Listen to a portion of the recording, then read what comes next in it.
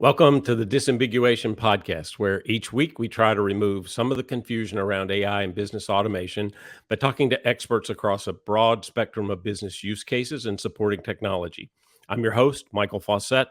If you're new to the show, we release a new episode every Friday and as a podcast on all the major podcast channels, and then also as a video on YouTube. And then we post a transcript on the Arion Research blog and, of course, on the player on the stream. In your show today, we take a look at what AI solutions innovations are available from the Salesforce ecosystem, from the App Exchange, to help with sales and marketing. So I'm excited to talk to, and I'm joined today by Jakub Stefaniak. Jakub is the VP of Technology, Strategy, and Innovation at Aquiva Labs, a top-tier Salesforce services partner. He's a Salesforce certified technical architect and has a professional certification as a CTO from MIT, as well as several professional certifications from Harvard and Stanford. Jakub hosts the podcast AI Innovation Meets App Exchange. So let's bring Jakub in. Hello. Hey, Welcome. hello. Thank you for the invitation. Thank you for joining. I really appreciate it. And I appreciate that you can share some things with the audience today that I think they'll find really exciting. There's a lot of interesting things happening around Salesforce and the ecosystem and AI. So why don't we start, though, by just tell me a little bit about Aquiva Labs and what you do there. Sure. Aquiva Labs is quite a unique company because we are part of a program called Product Development Outsourcers, and it's like super small niche in Salesforce ecosystem when we are providing consulting services not only to Salesforce customers, but as well to independent software vendors, so companies who publish their application on App Exchange Marketplace. And it put us in a very nice spot because in many cases, ISVs are not only developing their applications, but as well thinking how to utilize new technologies like generative AI and different kind of the AI. So on one hand, our customers are very tech savvy and like much more willing to innovate than a typical Salesforce customer. But on the other hand, we as well work with Salesforce direct customers. So we are helping them to make more let's say, mature decisions about what is the current state of technology. And the fact that we are doing this all research and development for core of our PDO business gives us as well very nice connection with the rest of the ecosystem. And talking about my role in the company, a few months ago, I left my lovely engineering department in the European Union, which I was building for the last 2 years.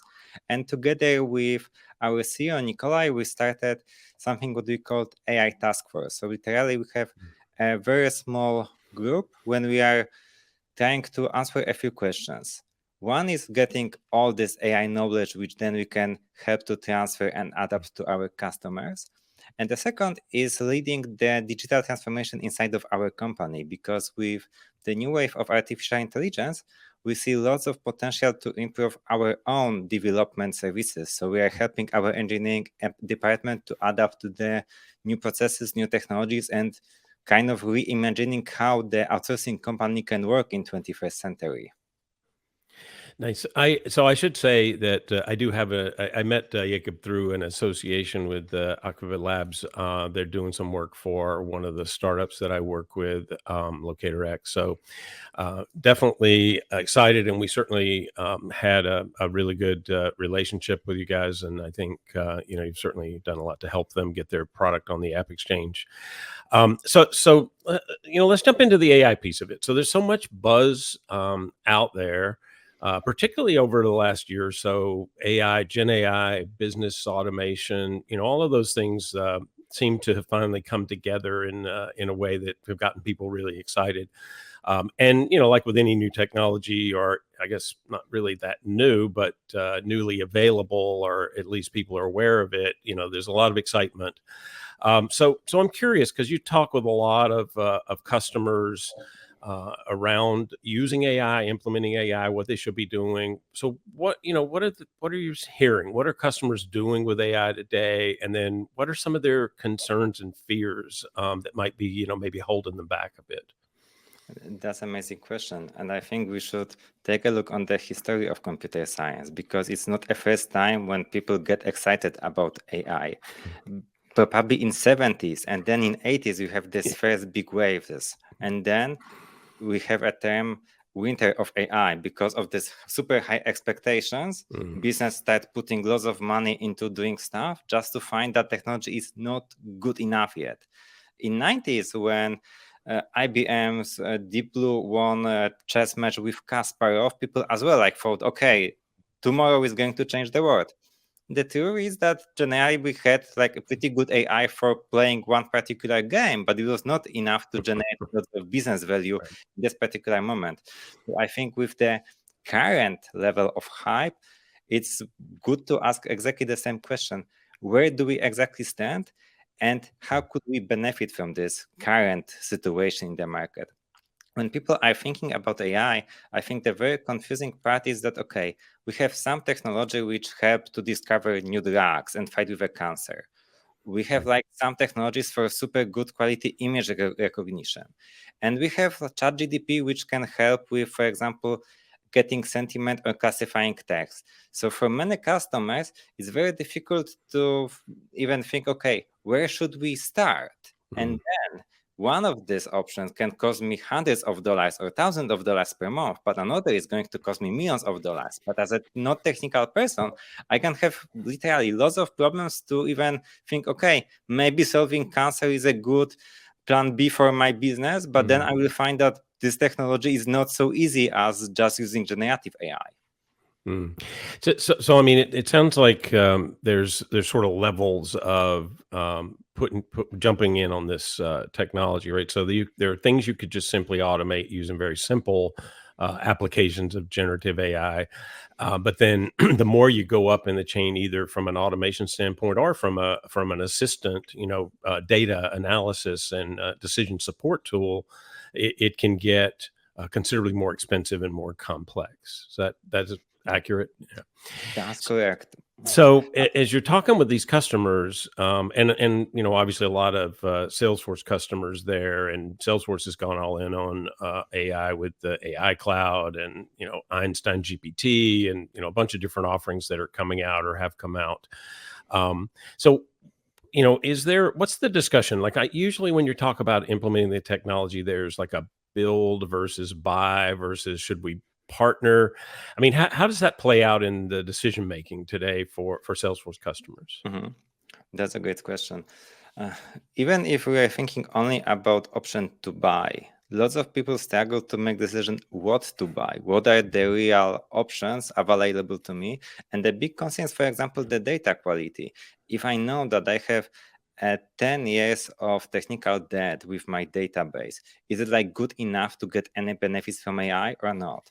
Then tricky question is, how much is it going to cost me? With even AI APIs, we are paying per every API call, but then my CFO would like to know more or less how much we are going to send them at end of the month. And doing this calculation is not trivial because we have then concept of tokens, which are kind of like words, but not exactly of words. So most of our direct customers are coming with exactly the situation that they feel that something is going on. I really like the metaphor that it's literally a moment when first iPhone's premieres occurs. Many things which are now obvious, like Deliveroo, Tinder, Uber, are obvious to us now, but before this specific moment in time, it was not possible to even think about business models. So we see customers exploring these options, but not sure where to start. On the ISV part of the business, when our customers are software development company or product companies, it's a little bit different. So we have lots of customers who have specific use cases in mind, and then I'm thinking, what is the best option to make it in the secure and business efficient way? Because now we have to keep in mind that if you put AI as part of your product, you are taking responsibility for it. So you probably want to really understand what kind of the level of risk, bias, and so on you are going to struggle with. Yeah, I mean that's certainly been a big concern, I think, and I as I just published recently a study on AI adoption, and you could see there were a lot of there's a lot of fear around certain parts of it. One of the biggest things that came out was concern around what they call data accuracy. I also slipped the hallucination term in there, and I think people didn't necessarily know what I meant by a lot of people don't know what I meant by hallucination anyway. So, but the, data accuracy, hallucination, whatever you want to call it, is definitely a concern. So, one of the limiting factors is data and data cleanliness. And like I said recently, that survey we did, we saw about 40% of the respondents listed data quality as their number one concern, related to data prep. And as we know, CRM has been is a bit infamous about data quality, or poor data quality, I should say, especially around sales and Salesforce automation.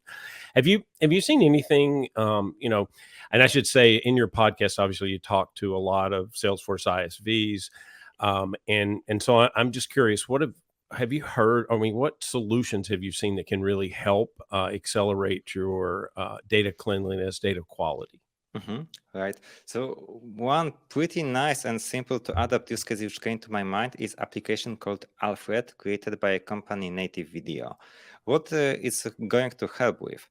If you have situation that your salespeople are working in the field, they usually struggle to find time to fill all details from the meeting on the opportunity object and so on.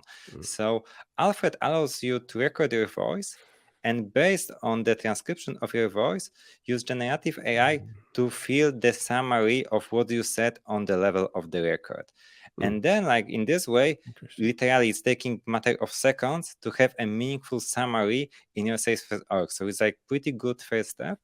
And it's, I think, something what is going to start happening more and more often, because on the App Exchange ecosystem, there are more than 10 different companies providing some kind of the either calling solution, something related to voice, let's say. And at this moment, none of them have these generative AI capabilities, but implementing them sounds to me like a natural next step. And now it's a place when Aquiva Labs can help with, because the tricky part is that then if you have, let's say, 1 hour meeting and you would like to make transcription of this meeting and then make a recording, you have quite lots of tokens / words to proceed. So if you are going to pay around $1 per making summary of this meeting, it can be quite expensive app. But then extra know-how allow you to strongly reduce the number of tokens, so price of your API calls. And then as a product company, it's much easier to feed your costs into your final pricing, because you can deliver lots of value to your customers, but in the same time, it's not so expensive for you to develop these capabilities. So on your podcast, and you talk to a lot of App Exchange ISVs, and I know you've seen a lot of interesting approaches to using AI, and kind of innovation around AI.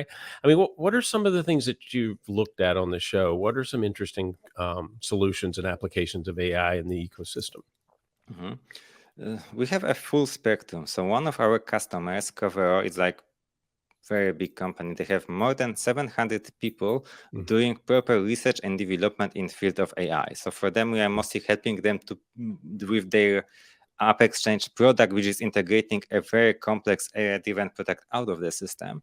And I would say it's a good example that if you literally want to do something very innovative, very novel, and be a company building and delivering AI, this scale of 700 technical people doing the research is a good example what kind of the investment do you expect. On other side of the spectrum, we have, for example, Captio, a travel company, very nice small product which is living a little bit out of the Salesforce core platform, because Salesforce per se is usually sales and service. Captio is OEM partner, which means that they are not connected to the standard sales process. They have their own platform dedicated to travel industry. And what they are doing, as travel industry is not technology, they don't want to build these AI capabilities, but they see that, for example, for onboarding of new users to their system, if there will be some AI-driven capabilities, they can strongly reduce time of the onboarding, so reduce costs, and then it's going to open new business. So for companies like that, for example, we are going hand with hand and helping them to participate in a pilot program from Salesforce, which is allowing to start using Salesforce as a provider of AI technology, because then on the level of trust and marketing for your own customers, fact that you are not using external system, but everything is coming directly from Salesforce as well, can be a competitive advantage. Mm. That sort of makes me think of another piece of this that I think is interesting. And actually, I just wrote something about platforms and services the other day. And I'm curious, how is this, Salesforce went into this with a strategy of being open and also of making all the services available through the platform. And I'm curious, has that accelerated the efforts for the ISVs? I mean, are you seeing a lot of adoption around that and use cases around Einstein and AI cloud in the ISV ecosystem? Mhm. The tricky part with Salesforce is that they have many different AI products. Some of Mm, them are available from quite a few years, and we are speaking about Einstein, mm, discovery, predictions, risk scoring, and so on. right. These things are generally available from quite a long time. So I don't think there is lots of a new excitement, but there are like some Mm, companies who are using these features, right? On the other hand, we see more and more announcement about AI cloud. I believe it's already outdated term. I at least for the info speakers, we get mm, notification that we should not use AI cloud anymore. We are going back to the Einstein, so terminology can be tricky. But as yeah. part of it, Salesforce is building their trust layer and the layer of integration with AI. So for ISV's partners, it's going to be a decision. Okay, do we want to build this integration on our own, or do we want to pay for Salesforce middleware layer, but then it's going to help us to reduce Mm, some complexity. And then it's not trivial decision. It's just a business decision, right? You have some costs, you have some benefits, and mm, you have to do your math. yeah, that makes sense. So I know one of the as I talk to Salesforce customers, one of the things that I've heard over and over, and frankly, a couple of companies that I've worked for that had Salesforce, is that it can be a bit of a challenge to administer to administer your organization properly. It takes some training, and certainly there's the trailblazer, trailhead, all the sort of paths that they have for learning and all. But nonetheless, I mean, it seems like AI could perhaps provide some assistance in that, making the Salesforce admin job a bit more scalable and efficient. Mhm. Have you seen anything in the ecosystem that you think could help Salesforce admins with this? Sure. So there are two products which came to my mind. Hmm. One is Elements Cloud. They have pretty nice tool which currently, thanks to generative AI, is literally allowing you to start chatting with your metadata. And for example, then if you would like to find all pieces of the system related to some business case, it can help making assumption that your Mhm. descriptions in your metadata are good. So if you did your homework, Mhm. you filled the description fields, you have a meaningful API names, then the results are going to be very good. If you are using nice API names like field 1, field 2, field 3, or for example, you are reusing the same field from Furious for different use cases, then good luck, because AI won't be able to help with this, and Nope. probably your new employees are struggling with exactly the same reasons. And quite similar project which we are building internally in Aquiva. Uh, it's early stage, so we are calling it Aquiva GPT, but for sure before it will be market ready, we are going to change the name. It's a tool helping with onboarding of new developers. So it's Mm, focusing on the chatting with your classes. And as the good use case, we have a situation when for one of customers who is like partnering with us to build this, they have like hundreds of classes, hundreds of thousands of lines of code. And for a mm, new developer, if you would like to write a simple function, for example, to verify email address, there is a big chance that there is already some util class in the system which is helping with this. But mm, to go through all existing code base for a new person, it's not realistic, so they have lots of duplicated code. And with our new capabilities, we are providing the product which allow the developer to firstly like ask existing code base how in this case we are solving this specific problem, and then thanks to this they know is it like a new problem or something what they can use from existing set mm. of tools and coding standards. So it's almost like a map to what you already have, so that you then can either leverage what you have or augment that, or implement something new if you don't have anything that helps. That Mhm. that's really interesting. I mean, I know there are a lot of companies that do build custom apps and extensions and that sort of thing on the Salesforce platform. So I imagine that would be very interesting, particularly in the idea of getting new developers up to speed really quickly, and then also preventing a bit of the, collision that can happen if you write something that's not that doesn't take into account the previous iterations of what's been developed and done there. So yeah, that makes a lot of sense. One of the areas that I've done a lot of work in lately is around this idea of customer journeys, and I know journey maps have been a thing for many many years, but it's always bothered me that it's a very static kind of activity. So, you build a map and then customers are supposed to somehow know they should do that. And as we know, they don't do that. They do whatever they want to do. So it seems to me that there's a lot of opportunity leveraging AI to do what I like to call intelligent personalization. So, some way to make that customer journey more interactive and automated. So, I'm curious, have you seen anything that could Mhm. help provide a better customer experience, make it more, personalized or interactive? Right. So luckily the answer is yes. One of our customers cover their product can help with something like that. Mm. And it's this example with 700 smart people thinking how to do it and building this product for many years. So I would say I totally understand your pain, but it's not trivial to solve it. And it's like a very good example when if you struggle with this, probably buying existing solution is going to be much more cost effective than trying to build something in-house because it's Mhm. not trivial, unfortunately. Mm. Well, I know one part of the problem is just simply understanding whatever clues or data you get from the customer that helps you understand where they are and what the context is. How can you make the interaction relevant? So it sounds like Covio is a solution that could at least help companies improve that capability. And it sounds like it's something that, and I've looked at this a little bit before too, and I do agree. I mean, the technology to do this and the idea of putting individual behavior in a context that helps a system understand what you're doing and then serve up something that's an experience that's relevant to whatever it is that you're doing. I mean, that's not a trivial solution at all, right? Yeah, that makes sense. Anything else around that though that you've seen? I mean, I like I said, I know it's a big issue for Mhm. a lot of customers. So maybe I can just give some story how it happened that we Mm, started to work with this specific company, because for us as product development outsourcer partner, the mm, very nice place that we're literally in the middle of these new ideas coming out of the Salesforce ecosystem, mm, going into App Exchange and then through to Salesforce customers.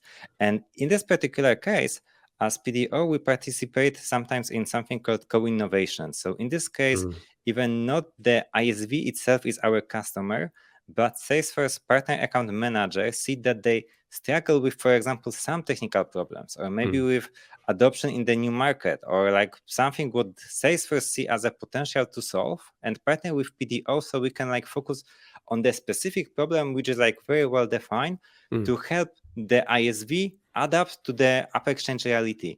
And in this case, the very nice output is that literally at the end, we not only solve the customer problem, but we are getting this very nice understanding of what kind of the problems they are solving. mm, Plus, we can help other ISVs to go in the same direction. mm, What is quite important to notice that with discussion about current wave of AI, of generative AI, my recommendation would be to do not start with such a big plans. And the reason mm, why is that if as a company I would like to start building something around AI, it's very similar to all discussions about digital transformations which happened like 10 years ago.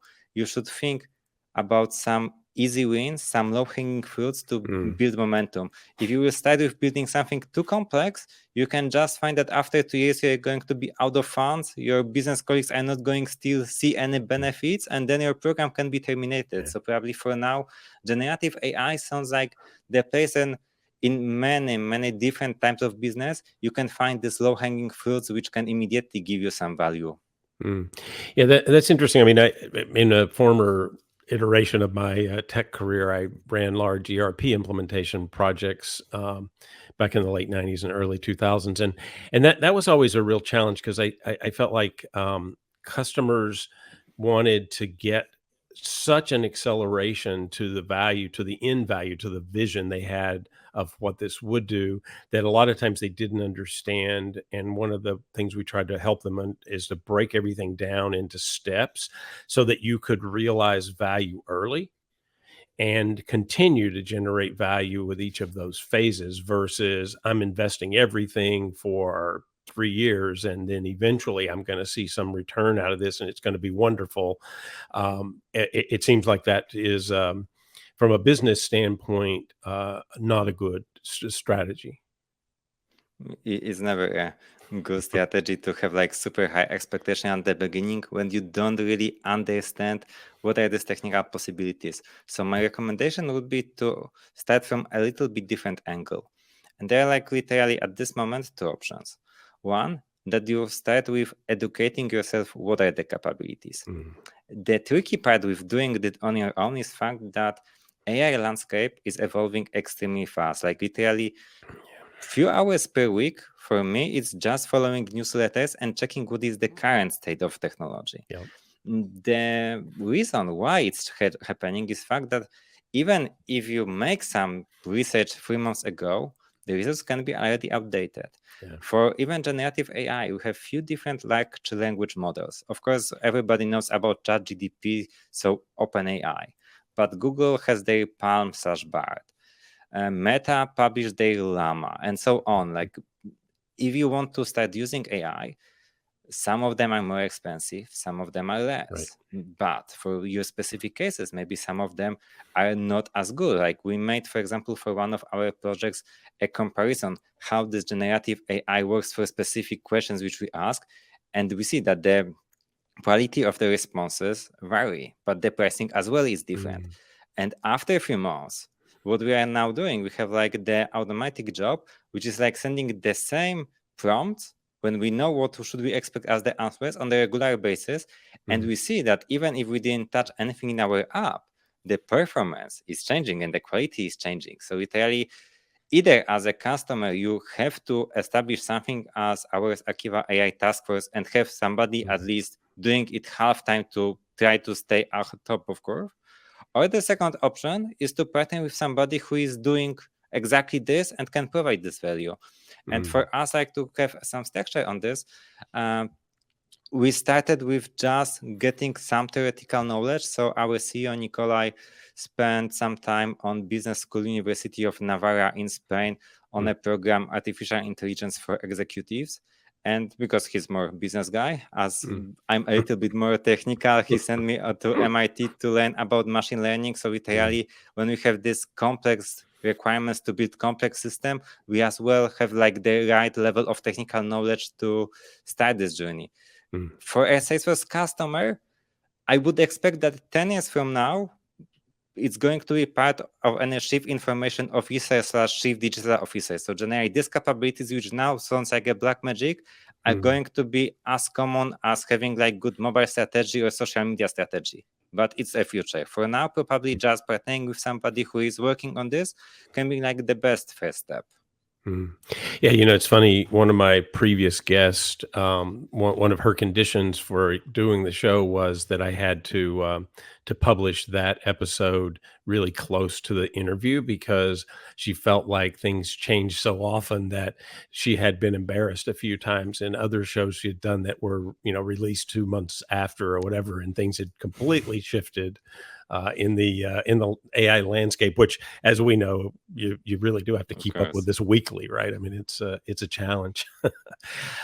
So we're getting close to the end of time, but I want to make sure one of the things that I really want to make sure customers, listeners can take away from this is, what advice do you have? I mean, you're doing this with a lot of different companies, ISVs, when end user customers. I mean, what advice do you have for companies that want to jump into this AI enabled solution space, particularly for Salesforce customers, but in general too? I mean, what would you want them to look at? Right. So I think the most important part is that Bloomberg recently makes some prediction that for big companies, like in this year, the typical budget for AI research was between 1 to 2%, and in the next year is going to be between 10 to 20%. Mm. My feeling is that with this current wave, we should always keep in mind that AI is related to data. So if you start using AI early, you get more and more data, and this data can give you competitive advantage. So in terms of AI-driven digital transformation, it's true more than ever that it's always better to lead than to catch up. But because if you have like 10 different companies doing quite the same, and one of them is going to be this early adopter who will start getting lots of value from the new technology, then of course they can deliver this value to their customers. And to catch up is going to be much more difficult. So the biggest recommendation, biggest advice is to start now. And I'm not saying start building now, but start thinking, start exploring, start asking great questions, and think how to prepare for all these new opportunities that are going to occur. Yeah, my guest last week, when I asked her for advice for marketing teams around AI, she used the old Nike, "Just do it." You know, it's like you got to get your feet wet, you got to get in, you got to get your hands in it to learn, and if you aren't, then you're just falling behind. Fully agree. Yeah. Well, so this has been really fun. This is all the time we have for today. Jacob, I really want to thank you for joining me. And before I let you go, one question I always like to ask the guest is, can you recommend somebody, a thought leader, an author, a mentor that has influenced your career, particularly around AI? So I'm just checking the title of the book. There is one professor from MIT who wrote a book called Life 3.0, Mark Tefran, and he's like he's not speaking about generative AI, rather on AI in general, but it's opening a very nice perspective, and I would strongly recommend it to all people who listen to this podcast. Great, thank you. Yeah, that's great. I will try to put that in the show notes as well, and I will put a link to your blog, your podcast rather, in the show notes so that people can check it out. It's really interesting. I listened to a few episodes over the last few days just to get a feel for what you were looking at, and it goes through and talks to leaders from many of the ISVs in the App Exchange channel and help you really understand what innovations they're bringing to market. So I want to thank you all for joining us this week. Remember, hit that subscribe button. And for more on AI, you can check out an Arian Research report that we just published on AI adoption. Is based on a survey that we did in August, so it's very recent. It's on the site as a free download. Can't beat free research, so you should go check that out. And definitely join us next week as we look at the use of AI in content creation for marketing. I'm Michael Fawcett, and this is the Disambiguation Podcast.